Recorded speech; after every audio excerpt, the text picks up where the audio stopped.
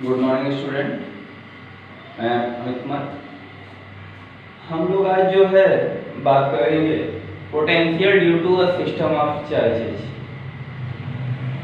कहने का मतलब कि अगर कई चार्ज हो तो इन चार्ज की वजह से पोटेंशियल क्या होगा, इसको पढ़ना है।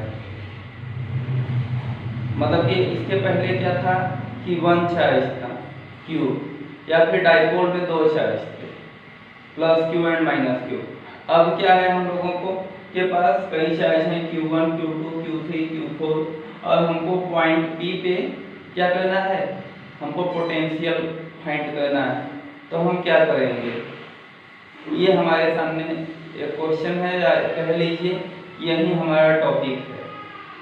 तो इस टॉपिक को पढ़ने के लिए हम लोग देखिए एक बात कर लेते हैं कि मान लेते हैं यहाँ पे कोई ओरिजिन है O, यहाँ पे कोई ओरिजिन है O, और यहाँ से चार्ज Q1 का position vector R1, charge Q2 का position vector R2, charge Q3 का पोजीशन वेक्टर R3 और चार्ज Q4 का पोजीशन वेक्टर R4 हो जाएगा।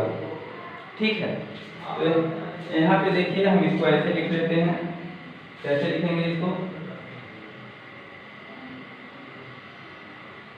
Late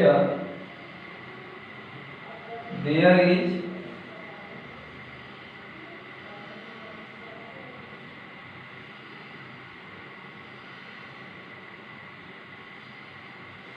a system of charge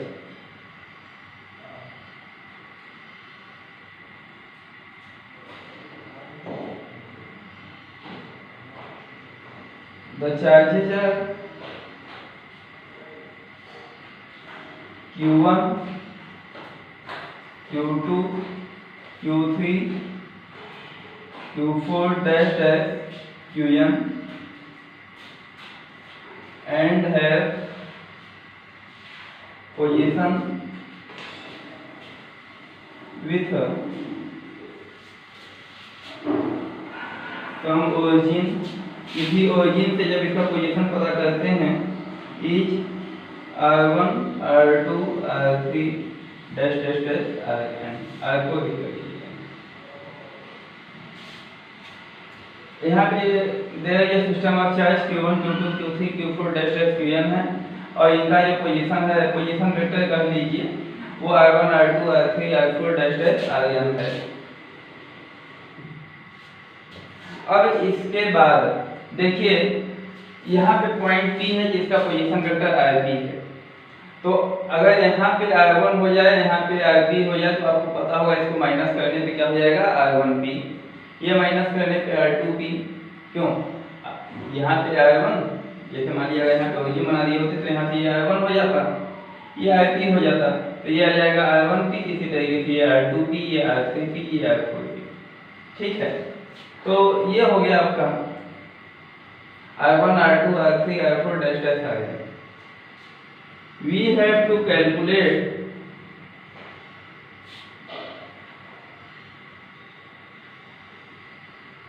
the potential at point P। हमको पोटेंशियल कहाँ पे कैलकुलेट करना है, पॉइंट P पे। तो देखिए the potential due to Q1 V1 equal to 1/4πε0 Q1 upon R1P। इसी तरीके से सिमिलरली V2 इक्वल टू क्या हो जाएगा, 1/4πε0 Q2 अपॉन R2P हो जाएगा। इसी तरीके से V3 equal to 1/4πε0 Q3 upon R3P हो जाएगा। इसी तरीके से आपका Vn equal to 1/4πε0 Qn upon Rnp हो जाएगा। तो इसी तरीके से हमारा जो है कि वैल्यू बढ़ता जाएगा, और फिर उसके बाद यहाँ पे लिख लीजिए ऐसे डैश डैश करके कि Vn equal to 1/4πε0 Qn upon Rnp। ये हो गया potential due to nth charge. इसके बाद टोटल पोटेंशियल क्या हो जाएगा? टोटल पोटेंशियल के लिए हम सबको ऐड कर देंगे, तो V equal to V1 plus V2 plus V3 plus dash dash plus Vn। V equal to 1/4 pi epsilon naught Q1 upon R1P plus Q2 upon R2P plus Q3 upon R3P plus dash dash dash plus Qn upon Rn। ये इस तरीके से हो जाएगा। तो ये हो गया आपका potential due to system of charge. Numerical के लिए बहुत ही इंपॉर्टेंट है, ठीक है, आप इसे न्यूमेरिकल सॉल्व कर सकते हैं। और इसके बाद हम लोग आगे बात करेंगे इक्विपोटेंशियल सर्किट की।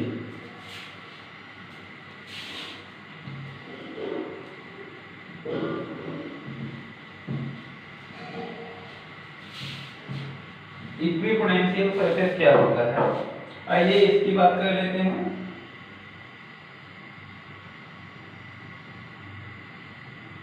इक्विपोटेंशियल सर्किट नाम से ही क्लियर होगा, इक्वी मतलब बराबर, पोटेंशियल सरफेस पर। एक ऐसा सरफेस जिस पे पोटेंशियल हर एक जगह पे सेम होता है, उसको हम क्या कहते हैं? Equipotential surface. तो इसको अगर नोट करेंगे तो क्या लिखेंगे? A surface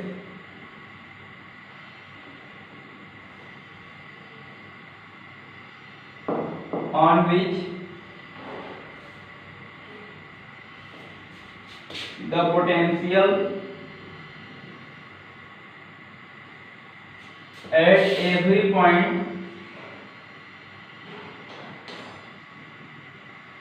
is same।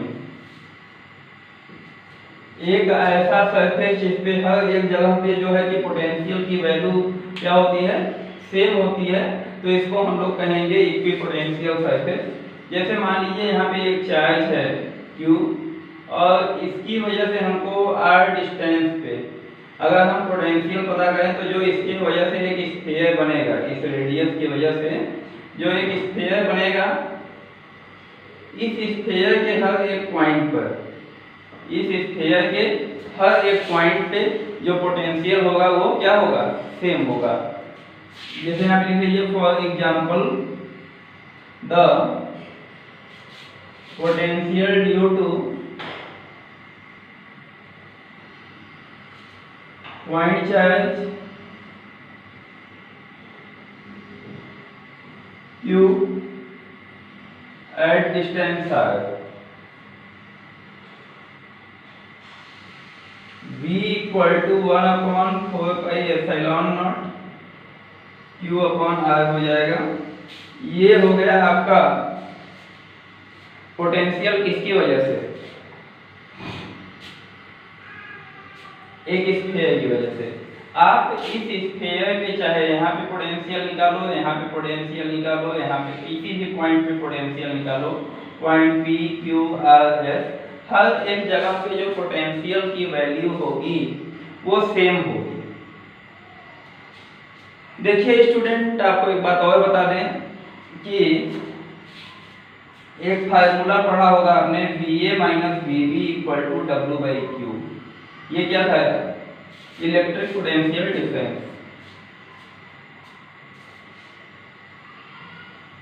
मतलब एक पॉइंट से दूसरे पॉइंट पे अगर हम किसी भी ऑब्जेक्ट को ले जाते हैं, एक पॉइंट से दूसरे पॉइंट पे किसी ऑब्जेक्ट को ले जाते हैं, तो हमको ले जाने में क्या करना होता है? वर्क करना पड़ता है। अगर मान लीजिए कि दो पॉइंट पे पोटेंशियल सेम हो जाए, दो पॉइंट पे अगर पोटेंशियल सेम हो जाए, तो फिर हमको हमारे द्वारा किया गया वर्क क्या हो जाएगा? अगर ये 0 हो जाए तो W/Q equal to 0, charge never 0, तो W 0 हो जाएगा। कहने का मतलब ये हुआ कि अगर हम किसी चार्ज को इक्विपोटेंशियल सरफेस पे मूव करते हैं तो हमको कोई भी वर्क नहीं करना पड़ेगा। ठीक है, तो पहला इसका जो बहुत ही मेन और इम्पोर्टेंट पॉइंट है वो ये है,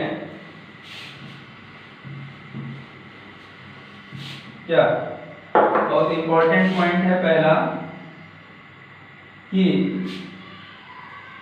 there is no work done, there is no work done to move the charge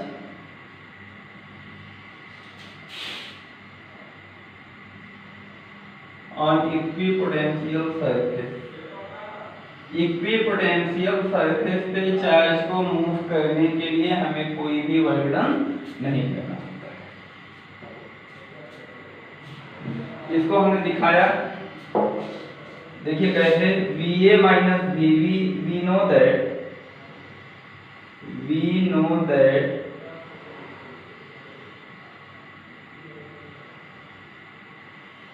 VA minus VB equal to W by Q। अगर VA इक्वल टू क्या हो जाएगा, VB हो जाएगा, तो VA minus VB equal to 0। यहाँ पे लिख लीजिएगा फॉर इक्विपोटेंशियल सरफेस।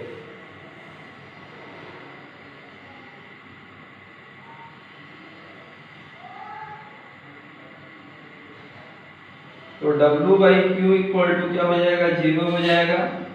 आपको पता है Q नेवर भी 0, तो क्या 0 होगा, W ही 0 होगा।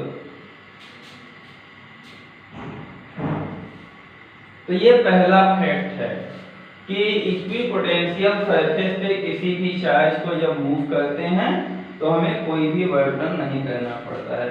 ये इसका प्रूफ है, ये इसका प्रूफ है और ये इसका स्टेटमेंट है। आगे दूसरा पॉइंट क्या है,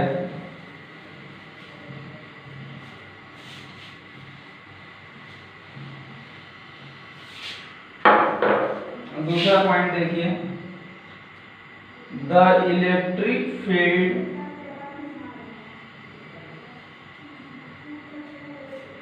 is always perpendicular to the electric field is always perpendicular to the, किसके परपेंडिकुलर होता है, इक्विपोटेंशियल सरफेसेज।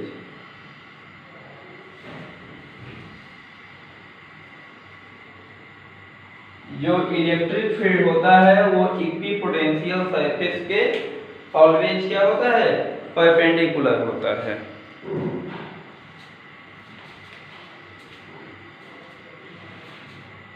अब ये सब फैक्ट का प्रूफ क्या है, तो इसके प्रूफ के लिए हम लोग देखिए आते हैं क्या, देखिए लेट मान लेते हैं कि ये इक्विपोटेंशियल सरफेस है और इस पे ये जो इलेक्ट्रिक फील्ड है परपेंडिकुलर नहीं है। Let electric field is not perpendicular to the equipotential surfaces. हमने ये मान लिया कि जो इलेक्ट्रिक फील्ड है वो इक्विपोटेंशियल सरफेस के परपेंडिकुलर नहीं है। तब क्या होगा, इन दिस केस हाँ the electric field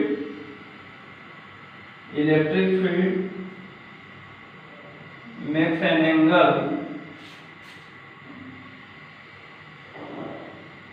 theta. Electric field जो है एक एंगल थीटा बनाता है, किसे विद द, किसे थीटा एंगल बनाएगा, विद द इक्विपोटेंशियल सरफेस। तो इसके दो कंपोनेंट हो जाएंगे,